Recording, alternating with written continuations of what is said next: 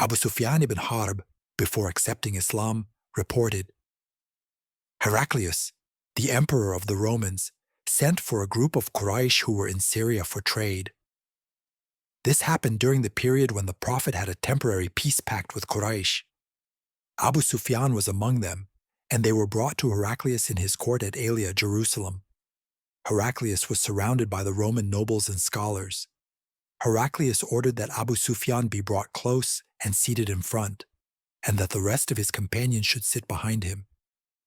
He said to his interpreter, "Tell his companions that I will ask this man about the one who claims to be a prophet, Muhammad sallallahu alaihi wasallam.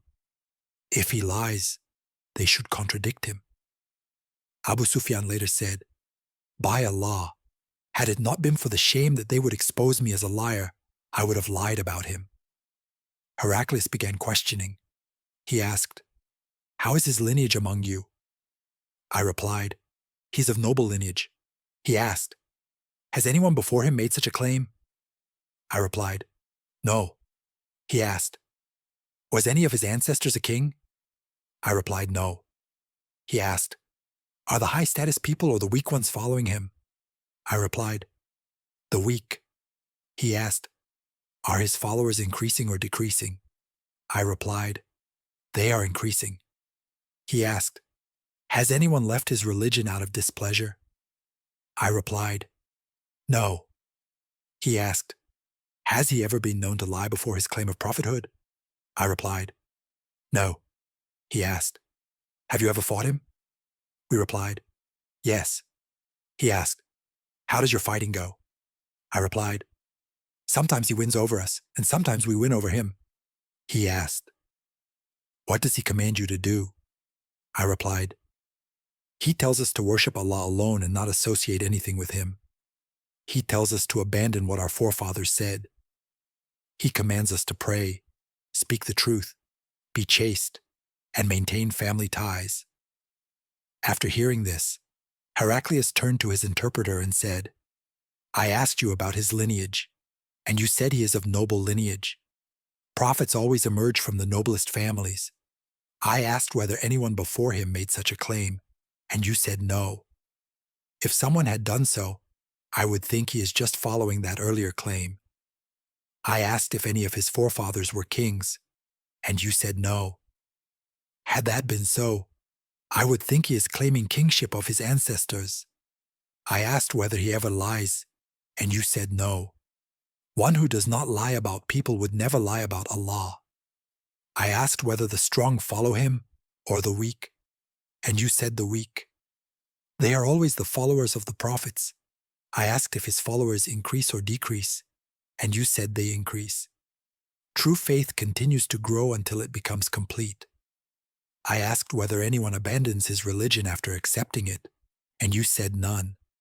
Such is the nature of true faith. Once it enters the heart, it never leaves. I asked about fighting, and you said the battle goes back and forth.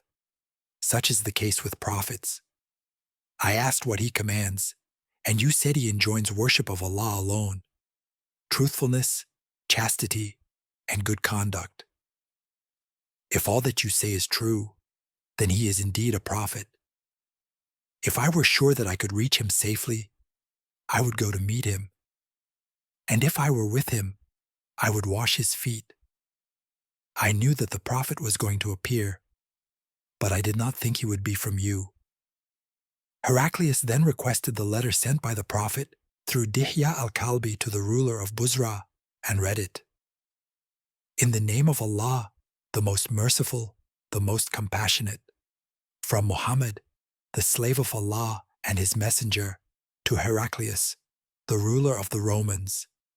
Peace be upon the one who follows guidance. Accept Islam and you will be safe. Allah will grant you a double reward.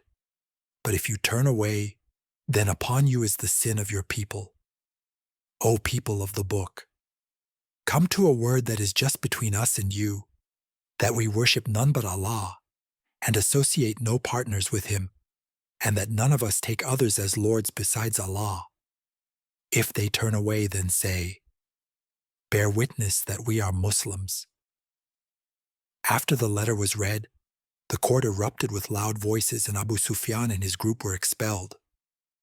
Abu Sufyan said to his companions, "The matter of Ibn Abi Kabsha, Muhammad, has become so great that even the king of the Romans fears him."